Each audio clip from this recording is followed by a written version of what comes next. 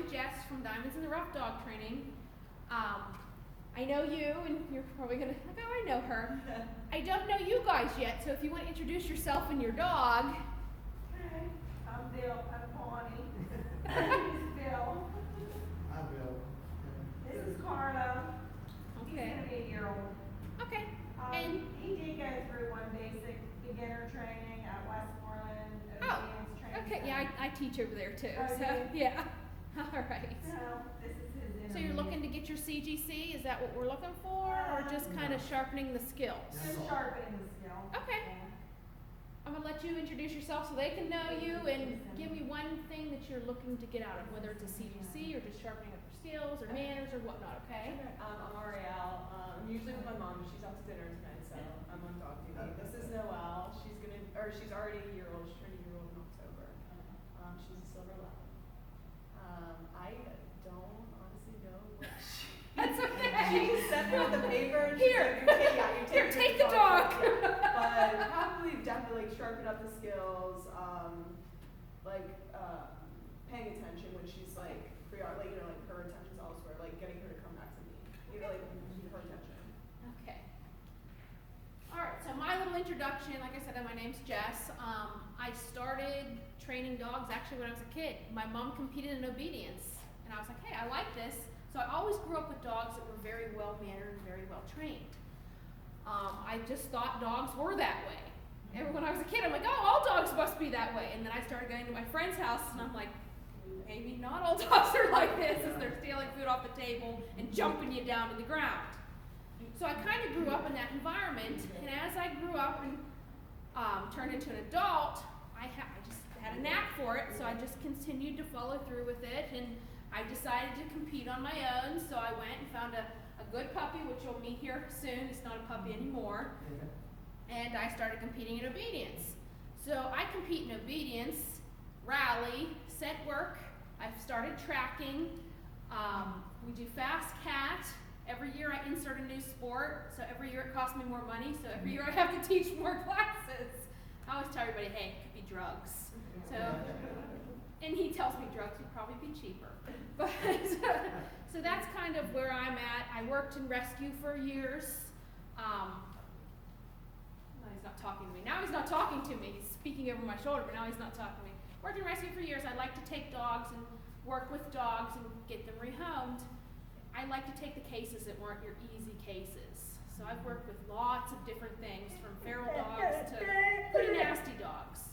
So that's where I honed a lot of my skills, and then I decided to go out on my own and start my own business, and voila, here we are. Okay? Cool. So, this is my intermediate class. We're working towards a Canine Good Citizen. Do either of you guys know what a Canine Good Citizen is? No? Okay, Canine Good Citizen is an AKC program. Basically, we work on dogs to have very good manners in public around other dogs and people. It's a certificate that says, my dog is mannerly and well behaved, can walk nicely on a leash, knows how to stay, and will come when it's called, and won't kill another human or dog. That's pretty much it in a nutshell. We do work towards it. We do different exercises towards it every week. That's kind of our end goal. And I know Mary, who's not here today, you'll meet her next week. Her dog just got neutered on Monday, so he's probably feeling a little sorry for himself today. But I know she wants her Canine Good Citizen, so I usually take a vote and see what we want, and then we just kind of decide where we're going. But I think we're going to go for the Canine Good Citizen, and we'll just work at your level. I mean, if you're not ready at the end of class, you're not ready. But we are going to work on, and everything on the Canine Good Citizen is all good life skills for your dog to have. So it's, walking on a nice loose leash without treats, and staying without food waved in their face, and a nice recall from 10 feet away, things like that. And like I said, and I add bonus things in as well. We don't just work on everything from the Canine Good Citizen. We work on impulse control and all different fun stuff too.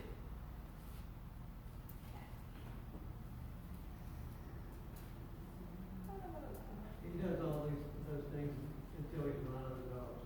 Yeah, and this is a good environment for it, because this class is nice. There's only 3 you guys, so there's other dogs, but there's not so many other dogs that it's like overwhelmingly distracting. It's a nice distraction to have a couple other dogs, and I'll be working my dogs around your dogs. That's nice. but it's not so much like there's not 10 dogs in here, like on top of each other, and like poor puppy class dogs.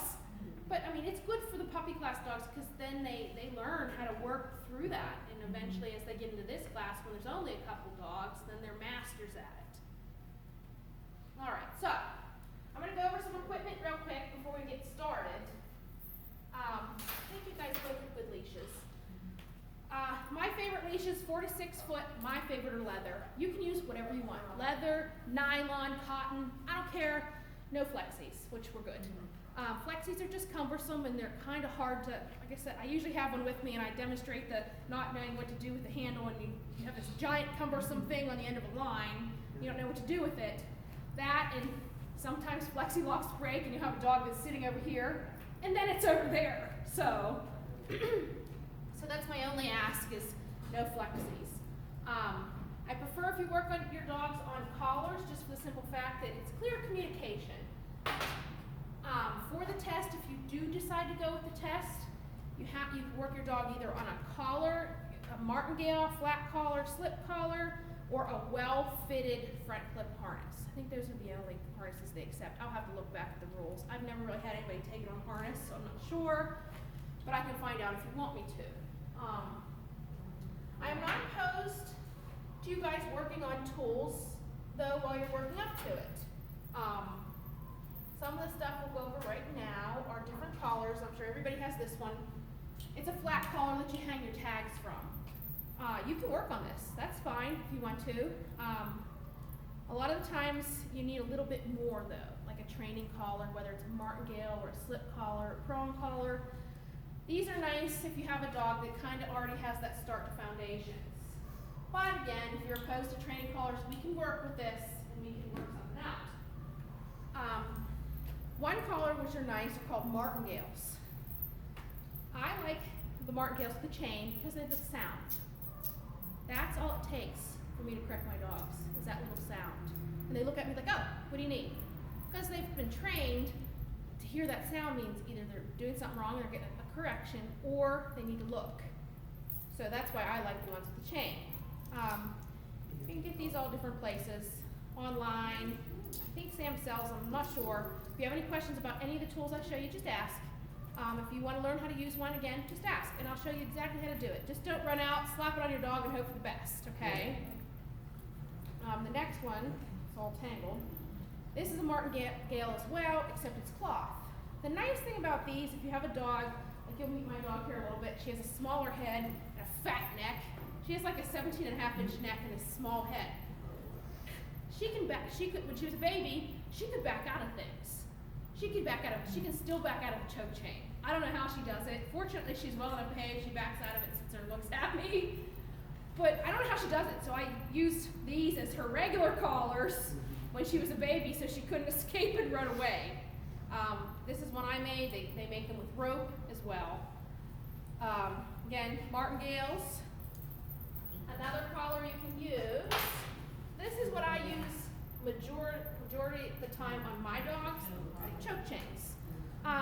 Slip chains, choke chains, check chains, insert one of 80 names here. I don't know why they have so many names, but whatever. I don't recommend this one unless you have a good hand and you know what you're doing, because you can mess up. I see a lot of people when they hear choke chain actually think you're supposed to choke the dog. So here's their poor dog. No, you're not supposed to choke the dog. It's just a simple, again, the sound is what I correct my dogs with. I don't hang them up, I don't swing them over my head, I don't choke them out on the floor. My correction is boop, and that's it. Okay, I'm not wheeling them around. Just a quick pop. Again, they hear that sound and they go, yes, what can I do for you? Okay? Like I said, if you want to learn how to use it, I can gladly show you if you're interested. Because it's just not what I recommend to newer people, because it is very easy to misuse this one. I grew up in a show house, so I learned how to use this when I was this big. Yeah. So, another one. Another one, if you so just assign a prong collar. Looks like a medieval torture device. If you went through any of the classes over at Westmoreland, I'm sure they showed them to you. It works by a correction. Instead of where the choke chain and the flat collar that correct one spot with pressure on the neck, These are nice because they correct the whole neck. Now, don't yikes me. I will put it on my neck and correct myself and show you it's not a big deal. He'll show you. I mean, it's just a little pinch. That's the correction. We're not, again, that is 10 times harder than you will ever correct a dog. You'll most likely not need it with your little fella. This is the giant dogs that come in here that are walking their owners. This is always a recommendation for me because I can walk a dog with my pinky when I have one of these on.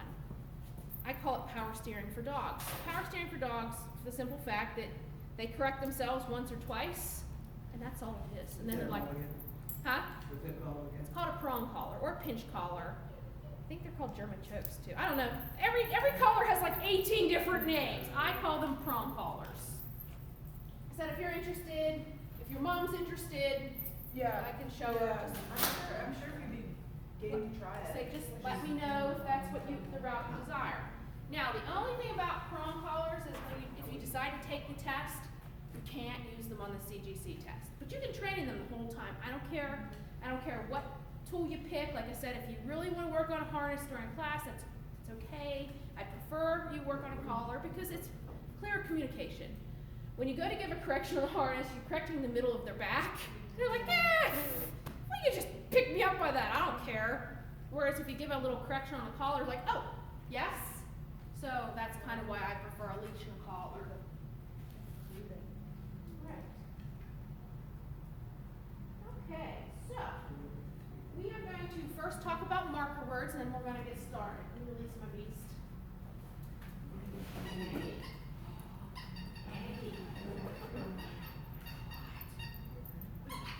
You want to go work? You want to go work?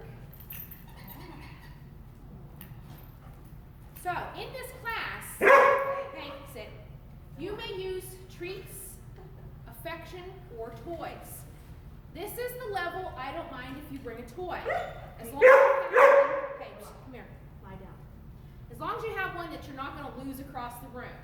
I've always put my balls on strings so I can reward like this, like that, and not go throwing them across the room. Okay. Just try to, if you're going to use a toy as a reward instead of food, try so it's not so squeaky, because squeaky is very distracting to other dogs. So if you have a ball that doesn't squeak, eventually these don't squeak because she kills them. Eventually they don't squeak, so usually I use those. But you need something to entice you today, huh? Yeah, all right. So we're going to talk about marker words first. Now a marker word is a word that tells your dog they did something right and a reward is coming, whether it is a treat, affection, or the ball or toy or whatever that you're going to give them. My marker word is yes. What? Yes. Yes. You can use good, I mean you can use anything you want. Single syllable marker words that come out pretty much fast with the same cadence are the easiest ones to use. It's kind of, if anybody's ever worked with a clicker, it's like a verbal clicker. Me, I tried the clicker route, I always forgot the clicker, I never remembered, I just left it places, I must have went through 150 clickers, so I said, oh, nope, I'm just going to start using the verbal marker, and that's where I've been from there. So if my dog, if I want her to sit, I'm going to say sit, yes, my marker word, as soon as her butt hits the ground, and her word is coming. It's nice if you use a marker word, it's clear communication. So say you don't have a treat, and you ask your dog to do something, and they do it. If you use your marker word after they know what their marker word is, down. All you have to do is say yes, and even if you don't have food, they know they did it right. So they're not guessing. They're like, well, did I do that right? You let them know that yes, you did do it right, and then pop a scratch down behind their ears or whatever. Huh. So pick your marker word and stick with it. Yeah, she'll do this. This is her kind of thing. She loves to roll her back on floors. She's a bit odd. She's a funny dog. Odd. Huh. Come here. Where are you going? Closer. I don't need your help. You get up there. Blue place. Sit. So this is Maggie. Like I said, she's my first competition dog. She was the puppy I went out looking for when I decided to go compete. That's my second competition competition dog. She fell into my lap. Her name's Blue. She was 8 months old. My friend in rescue called me and said, "You want a cattle dog?" I said, "Not really." She said, "Well, they're putting it to sleep tomorrow. Do you want it?" I said, "Okay." And that's where Blue came from. Oh, you can get out the back door. So yeah, so that's how I got her. So now I also have another one, which is a hound. She's my other competition dog, but you'll meet her later. So marker word. Think of what words you want to use and be consistent with it. Okay? Are there the 4 rules? I don't think I put the 4 rules in there. Did I? Check your folders and see the 4 rules in there. So yeah, practice your marker word. Like I said, use it and then make sure you pop a reward down until you load it. It's called loading it. Teaching them what the marker word is like loading a clicker. So they learn that every time they hear the word yes, they get a reward, so it doesn't take long. No. It doesn't take long to teach them that word. I always try to be, like I said, consistent as well. So try to drag it on so she can come back in. But be consistent with it. Try to get it out of the same cadence. And like I said, use the same one every time. What do you think? Ready? So the next thing we're going to talk about is a release word. Hey, get close. Come on. Set up. So release word is a word telling your dog it's okay for them to move. And we'll get in here with stays. I'm a stickler with stays in place on having a good release command. So if I would stay, tell her to stay and leave, she better not move until she hears my release command, which is FREE. I could go here, I could go outside, I could go back to the kennels, I could go out to the front. She better stay there until she hears the word free. So then she knows when she hears that word, she's allowed to move. When I'm first teaching a stay, though, I always go back to my dog. I don't release them from a distance. Once I have a good solid stay with me returning, that's when I add the releasing in the distance. But while you're working on your first stays, and we'll go over this later when we get into stays, always use your marker word. If you have a stay now, do you guys have a stay at all? I do that with him, and then I would just say, okay, get it. And that's, okay, then would be your release command. Yeah. So, stay here, hey. Stay. So just, again, something to think about as we work stays. Look, sit. So say we're working our stays, and we'll do this later. When I start, I go right real close. I don't go the way across the room. And as I finish, if I go back to the position, then I use my marker or my release word. So I would return and I would say, free. Just to let her know it's okay to move. Like I said, when we're working stays, we're going to do it always returning to the dog at first, and then we'll start to release them from a distance. Can we sit, please? Thank you. Good job. You're so good. All right. So, everybody has a sit, right? We have sits.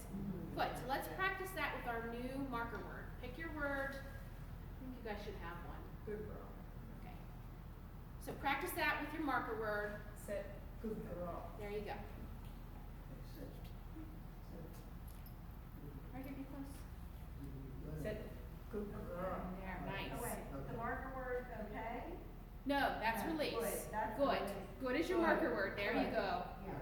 Good or yes or whatever. Yeah, right. Sit. Whatever you Good choose. girl. There you go. You can walk them around and have them sit. There you go. Right here. Lie down.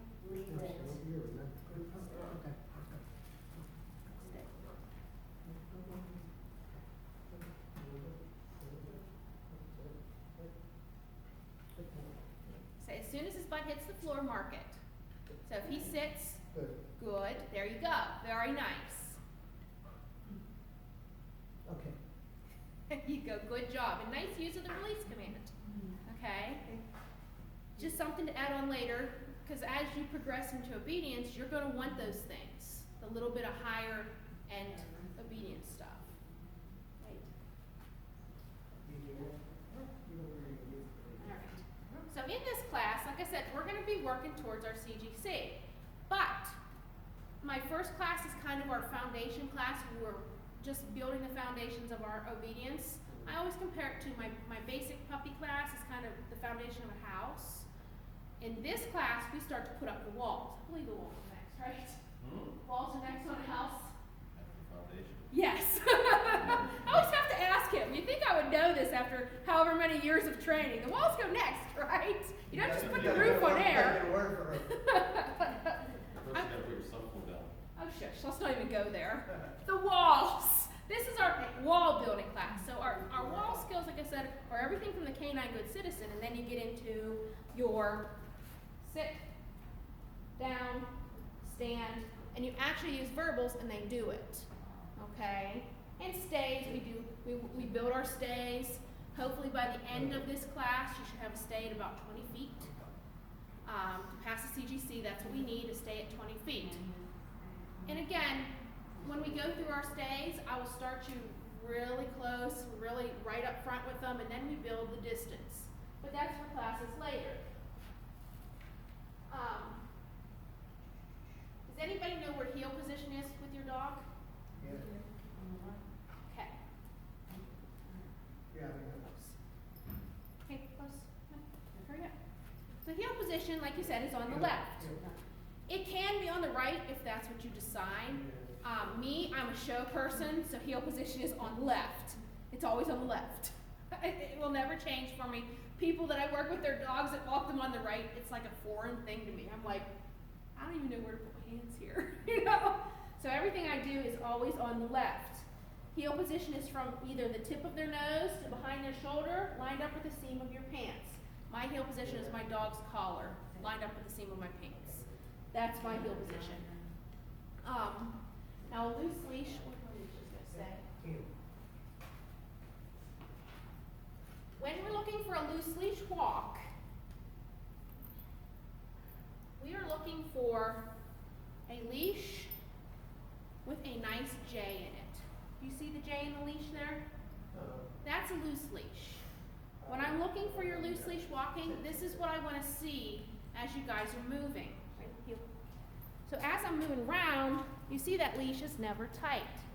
Okay? Hurry up. You can move a little faster than that. She's like, you kidding me? You worked me for 3 hours this morning. I'm not moving any faster. Let's go. So that's a loose leash. This is not a loose leash. Okay? I don't want to see any of these leashes. Stay. This is not a loose stay. This is not a loose leash. Okay? So our goal for the end of this class is a leash like this. Okay? So hopefully halfway through the class we'll have this, and then we'll start taking away the lures of the treats. And so by the end of week 7, when we're doing our CGC, we'll be able to have this without treats. Okay? Stay. Restroom. I'm distracting him now. Oh. He's gonna stand over here. Oh.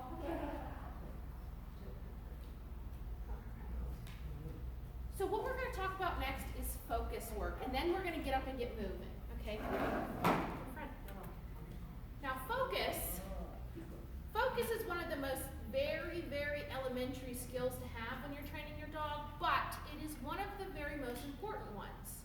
Think about it. If you're meeting somebody new, and you're meeting them for the first time and you're talking, and they're looking there, or over there, or down there, you know they're not paying attention to you. So you don't know if they're listening to what you're saying to them, if they're just ignoring you and just going through the motions of being there. But if, like, when I'm teaching, I see 2 sets of eyeballs, I know you guys are paying attention.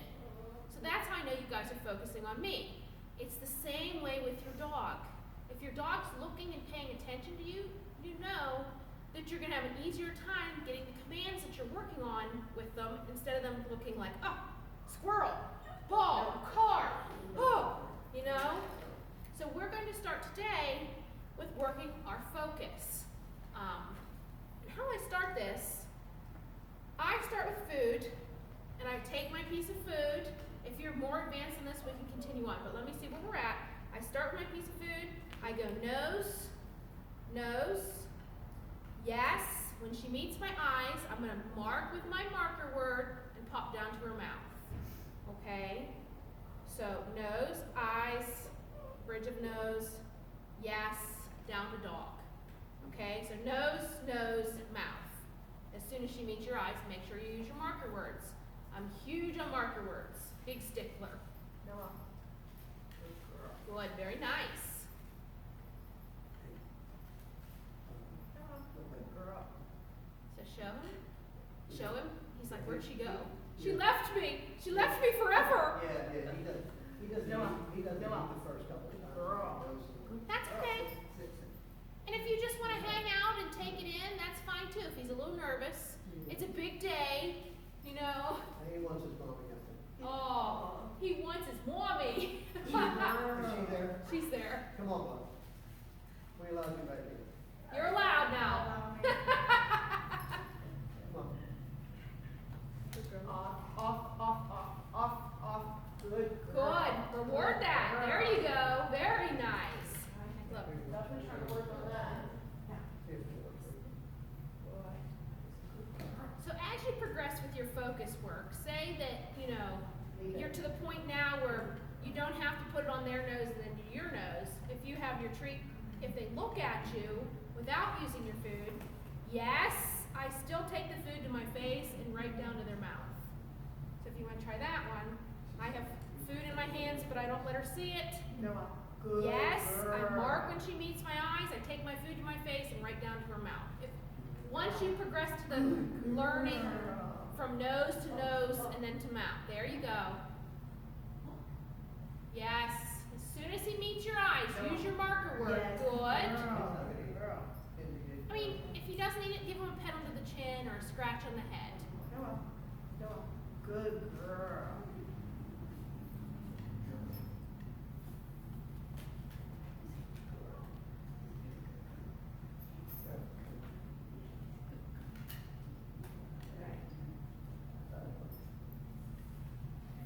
So the next thing we're going to talk about, again, if you've been in my basic, you saw this once before. You weren't in my basic, so we're going to talk about it with you guys. And I know Mary's seen it before too, but she has it on the video. You have it on the video, Mary. So my next thing we're going to work on is called sitting on the dog. Drop. No, you don't sit on your dog. You're not going to sit on top of your dog. You like that she's like, get your feet off me, woman. No, it's actually sitting on the leash. I use this with every dog, puppy, rescue dog that comes into my house. It's basically teaching your dog an off switch.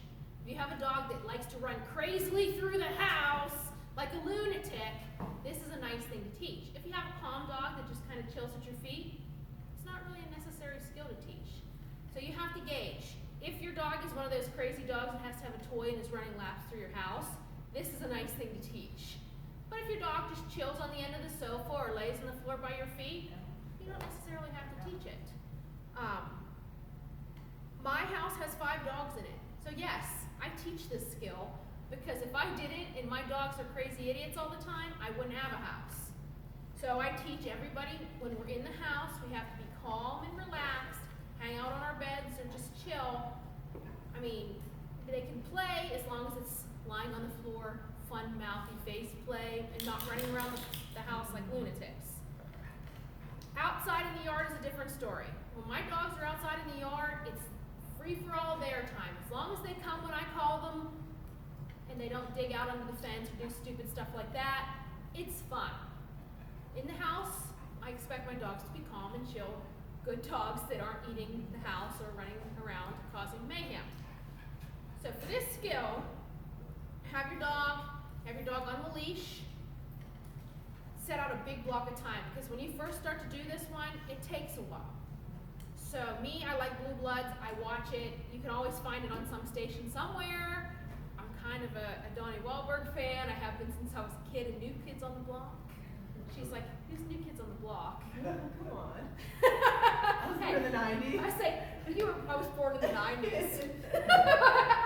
All right, so yeah, I'm a bit of a fan, so I like to watch it, and I can always find it, so I put it on the marathon. I have my dog that I'm working with on a leash. Hey, can you stand up, please? I know you're tired. Thank you. Have my dog on leash. Okay, you can sit, that's fine. I take the leash, I put my foot with just a little bit of downward pressure. I'm not choking the dog down. I don't want them to Just enough pressure that it makes it more comfortable for them to lie down and take the pressure off the leash. Don't start it here, because it'll be a fight. This is an at-home skill. Because the first time you do it, it may take upwards of an hour to get it done, and I won't let you leave until you have it done, so you don't want to be here for another hour, just in case. Okay? So at home, your dog will maybe fight like a little fish. They may go right with the flow and do it. I've had dogs that like, oh, can you let me lay down? Sure, okay. Other dogs roll like a crocodile, or look at you like you're killing them, or cry. Sometimes they scream. We're not hurting them. They're just protesting. So if you go, oh my God, I'm killing my dog, and you take that pressure away, they've now won. Don't let them win. Just relax, wait it out. The relaxation is going to happen. You just gotta wait it out. Watch your TV, read a book, get a magazine. I like to plan lessons while I'm doing this because it keeps my mind off of them, and they can do whatever they need to do until they go into calm. Once your dog is calm, like this, lying down and just chilling, start timing. My goal is 20 to 30 minutes. Okay, you may not want to set that goal so high right away. You may want to start with 5 minutes. If you succeed with your 5 minutes, your dog's lying down just like this for the whole 5 minutes. If they get up, the timing starts again once they go back down. Okay, so that's why I said big block of time. If your dog is successful like this for 5 minutes, you don't want to jump up and go, yay, whoopee, woohoo! Because then you've totally succeeded in ruining what you just achieved. So say your dog goes for your allotted time, it's over, you can get up, you can walk away, your dog can follow you, or they can just stay there. Doesn't matter. Girl, I know you're so tired today. All right. So that's one to practice at home. Like I said, big block of time, and just wait it out. All right. We got how much time? Ooh, we got 15 minutes. 15 minutes. All right, so for my 15 minutes I have left, we're going to work on some loose leash walking. I'm going to get up and I'm going to walk in a big circle. I just want to see where we're at so I can get a feel of what we're looking at. So go ahead up, have your dog in heel position on the inside of the room, so like this, on the inside. Get close. And wait for me to call your commands. Come on, come on.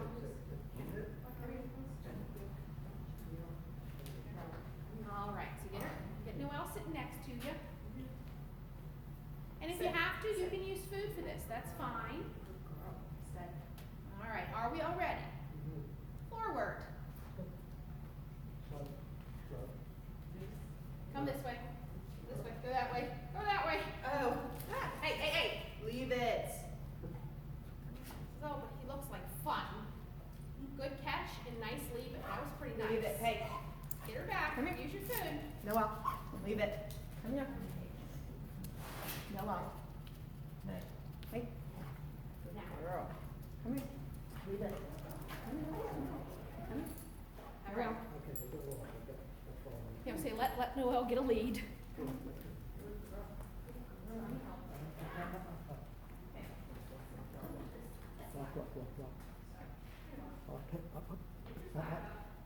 Good boy, good boy. Good boy. Look. Boy, put your handle. Good girl. Walk like this, Sit, okay? sit. If Good. you need to use your food, have it in your left hand. Okay? Here's one here. She have allergies. Can't remember. No. Okay. So food, Good handle, boy. food on nose. Off you go. Okay, let's go. Okay.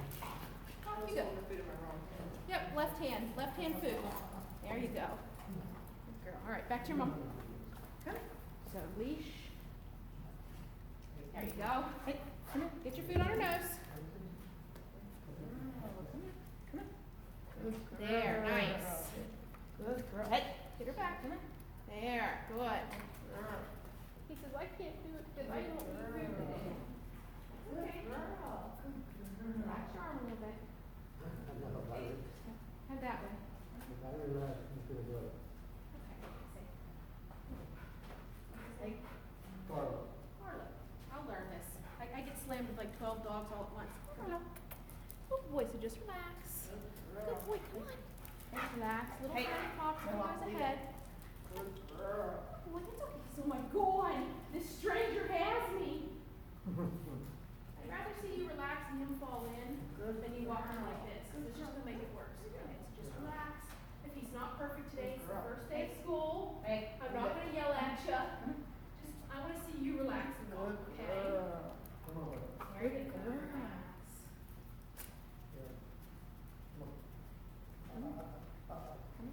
Noah, leave it. Leave it.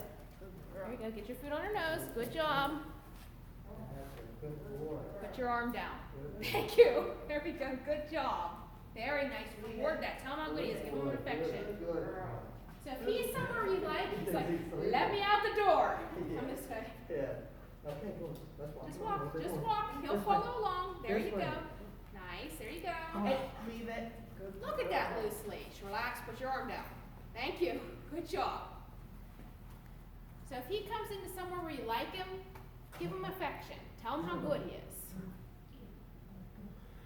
There you go. Good job. Good. Nice. There you go. Good Nice. girl. Good job. Good girl. Jean is out of here. I'm out of here. Hey, Noah. All right, good job. Go ahead and sit down. That way I see where we're at, and everybody's actually has a nice start. It's not going to be hard to perfect the skill, especially once he'll start to eat here. All right. So like I said, our goal at the end is to take the canine good citizen. There are 10 exercises, if I'm remembering correctly. I kind of group a couple together, so to me it's just different stations. There's 10 exercises, though. The first 3 I put together are meeting a friendly stranger, so that will be me walking up, saying, hi, how are you to you, and just kind of standing by you and your dog. The goal is to not have your dog eat me. So we practice this every week, just to get your dog used to me. I also put my hands to the next, sorry, I had a brain fart for a minute. The next exercise is me actually greeting your dog. So I say, hi, how are ya? And hopefully you say good. And I say, may I please pet your dog? And I walk up, and hopefully you say yes, and I walk up and I pet your dog on the head. And then the third part to this is grooming. So I check the ears, and when I check the ears, I don't like go full on. I just touch around the ears and kind of mess around, lift them up a little bit, just to show that they're used to being handled. This is a valuable skill for your vet and your groomer.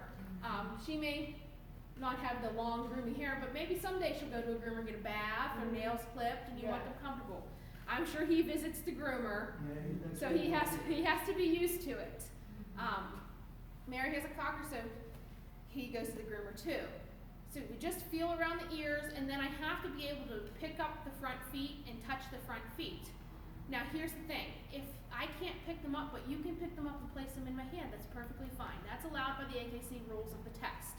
So we'll figure that out when we get there. Just if you think they're not gonna like it, let me know. I did have a German Shepherd come up and about miss me by that much because we didn't realize it was gonna happen, and it happened.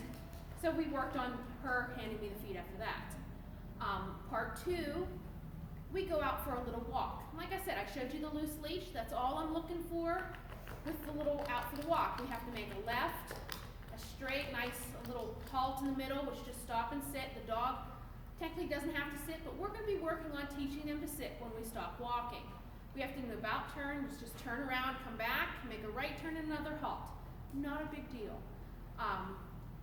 The 5th part of the exercise is walking through a crowd. This just shows that, say you're going out to a concert where you're allowed dogs, or a park, or a store, that your dog can behave and walk nicely through the crowd without jumping up on everybody and being a lunatic. Another nice thing for this, when we do the crowd, I bring in wheelchairs and walker. If you ever decide you want to do therapy work with your dog, we're getting them exposed to them now.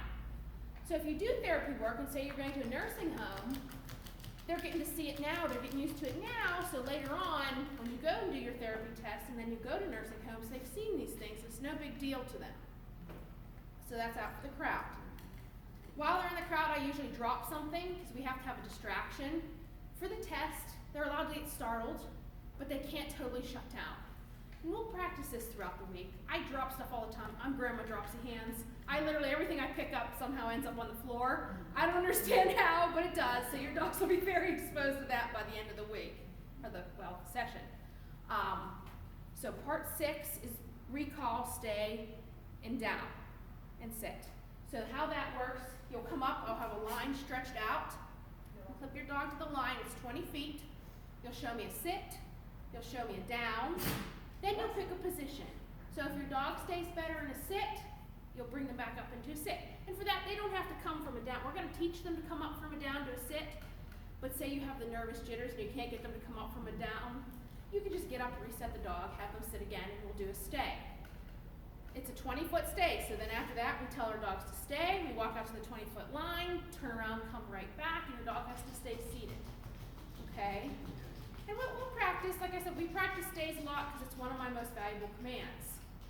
Then after that, you tell your dog to wait or stay again, and you go to the end of the line and you call them. They have to come to you, and you have to just be able to reach down and get the collar and get the dog. Recalls are, again, one of my 3 most valuable commands, and we work on those a lot because there's nothing more important than having a dog, say you're out walking in the woods and you are at the off-leash level, or even if you're on an on-leash and your dog sees a squirrel or a deer and you're holding onto the leash and there goes your dog, and you have to be able to call them back. Like I said, especially when you get into the off-leash level. I hike all 5 of my dogs off-leash through the woods, and I have to be able to call them. For the first time in, how old was I, 30 years? I saw a porcupine. I've lived here all my life. I knew they were here, but I've never seen one. I had 5 dogs hiking through the woods, and I see something, and I'm like, what is that? And I said, oh crap, I know what that is. And fortunately, my dogs just saw it, and I whistled, and I have a general command for my dogs to come, which is whistle, dogs come. So I don't have to call them individually. So I whistled, I say, dogs come, and fortunately, every one of my dogs turned around and came running. Because of course it was a Sunday, so we would have to go to the emergency vet to have the quills removed, and yeah, I was never so thankful that I had a good solid recall until that moment. And the second moment, we saw a bear. I'm like, okay, there goes a bear. So yeah, so it's like nature's kingdom out in those woods. So you say you're on your own. My dogs would be like, see ya, you get eaten by the bear. I don't run, so yeah, if I'm running, something's following. And I saw a rattlesnake once. I mean, so it's like, it's so important to be able to call your dogs if something like that happens. Or, you know, say you're out walking in the city and the leash falls out of your hand, or a collar breaks, or something. You want to be able to call your dog and then turn around and immediately come. There's nothing, to me, more important than that. Okay, and a nice solid stay and some boundary work is very important too. But recall, I hold pretty high up in my list of things dogs must have. Because there's nothing worse than you're walking your dog in the park and somebody thinks their dog's ready for off leash and it's not, and the dog comes running at you, and she is not the friendliest of dogs. I'm just going to tell you that now. She doesn't really like dogs in her faces. So one of my things I ask is don't let them go into her cage, but I can control her well. But I'll be walking her, and this dog comes tearing across the field, and the owner's running behind it going, my dog's friendly, it's okay. I'm going, my dog's not friendly, it's not okay. So in that case, if they had a solid recall, they could have said, hey dog, come, and their dog comes back, and then they don't get into a fight with my dog, which always ends bad. But yeah, so like I said, one of the most important things to have. So then after that, we do a dog pass by, which I use one of my very well-trained dogs after I've just told you that my dog's not nice with dogs. She's fine. She's not going to attack your dogs, don't worry about it. She's very controlled, but I usually use that one for this. And all we do is we have our dogs here, and we walk down about halfway, we stop, we have our dog sit. Very nice, there you go. We have our dog sit, we say, hi, how are you? We used to shake hands, but since COVID happened, that's kind of gone by the wayside. If you guys want to give an elbow bump, I'm fine with that. If you don't, I don't care. And if your dog doesn't sit, even though we're going to ask for it, you won't fail the test. But we are going to practice having the dog sit and relax calmly while you have a conversation with somebody else. Because it's nice to have that. If ever you're out walking your dog in the park and you see a friend that has a dog, you want dogs to behave and sit at your feet and not turn into obnoxious dogs that are rolling around, sniffing each other, and wrapping you leashes around the legs. Okay? So that's part 9. Then part 10 is a supervised separation. And he's usually the holder. We both do it for the class, but for the test, he'll be holding your dog, so I make sure to expose your dog to him throughout the class. It's 3 minutes, you hand him the dog, and he's a really good comforter for dogs. They don't usually have an issue with him, and you just sit there, you go out, and I call you back, and ta-da. And we practice that every week from next week so they're comfortable with it. I want to make sure they're used to it, comfortable with you leaving them, and knowing you're coming back. Okay? So any questions on the CGC? No? Okay.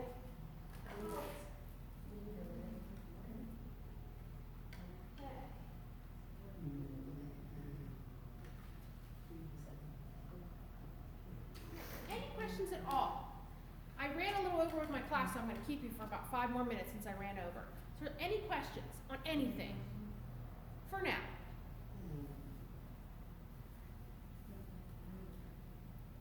I've put so much information out there, you're like, I don't know! No, you're cool. But everything you talked about, he will do, but then when he gets in a group, it's done. You know, in the house, Yeah. it looks like a show dog. You know what I mean? And that's how all dogs are. Yeah. Trust me, I know this well. Yeah. It took me a long time with my puppies to get them to the point where we could travel to different venues Yeah. and have my dogs perform. It's just the fact that when you come to an environment like this, you basically start all over again. Yeah. You help them a lot. You reward a lot. You lure a lot. You want to get them comfortable with being in this setting, and not expect them to